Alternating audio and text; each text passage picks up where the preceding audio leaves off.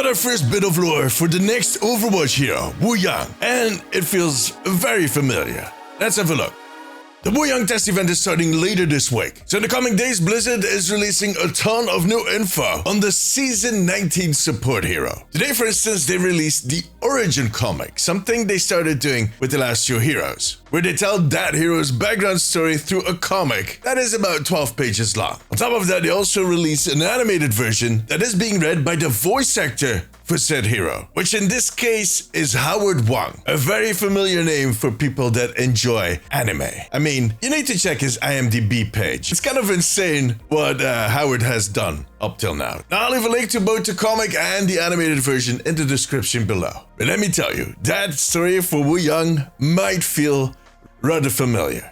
Wuyang is studying at Wuyang University, a university that was started centuries ago by a prominent family and that exists out of 5 different schools, each representing one of the core elements in the Wuyang philosophy. There's metal, which focuses on robotics. That's probably what I would do. Earth, that focuses on agriculture. Wood, which is all about civil engineering, environmental stuff. Water, that focuses on medicine. And then there's the most prestigious school, fire. Wuyang's parents met at that fire school. They were the top fighters of their generation. And their oldest child, which is Wuyang's older sister, Anran, she is the star pupil of the fire school. However, when Wuyang took the test, his score was too low and he ended up in the water school. Much against the will of his family, they were quite disappointed, but also much against his own personal ambitions. He wanted to follow the family tradition. Look, first off, that whole elemental thing feels very inspired by Avatar: The Last Airbender, to the point where I'm actually kind of sad that we didn't get that collaboration after Wuyang was released. It is a tribute. I like that idea. I've always been a big fan of Avatar: The Last Airbender. I like seeing that represented in the game.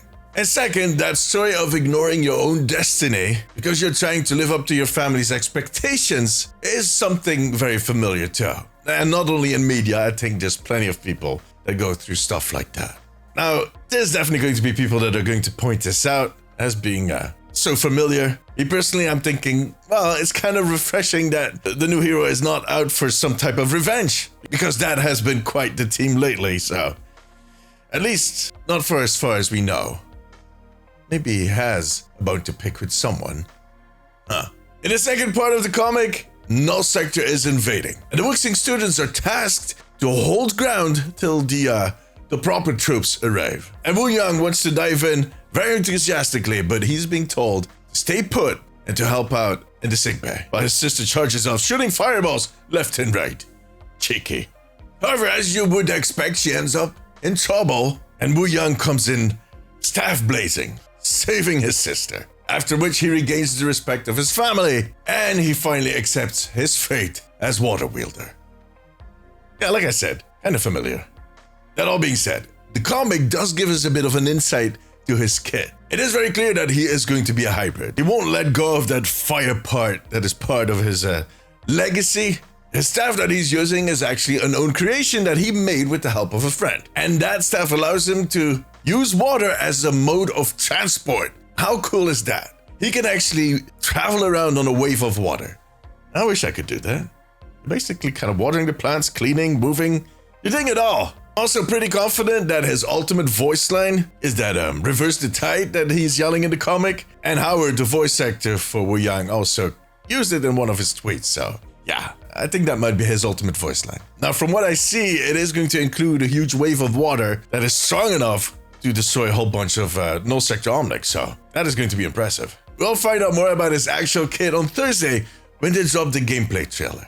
I'll have a video up right after that, diving into all of his abilities. You'll want to see that video, trust me. So make sure to subscribe. Now, the one thing that I'm still kind of wondering about is his personality. From all of his concept art, I felt like he was a bit of a little cheeky chap, if you know what I mean. A little mischievous. But it turns out that he takes things way more serious than I had figured, so I might be wrong about that. We'll see how it evolves. Now, apart from giving us info on Wuyang's background and his kit, this comic also introduces a few new characters, like his sister for instance. But it also opens a huge can of options with all of these different schools, both in heroes like I don't know, a robot hero that was made by the metal school? But also in lore, maybe May was a student of the wood school at some point. That would be an interesting twist. Maybe she started with his sister or his parents. Yeah, she was frozen for a long time, so. But tell me, what do you think about this background story for Wuyang? Let me know in the comments or come tell me during my streams. I stream over at twitch.tv/DeemziesTV. Come join us. For now, however, that was it.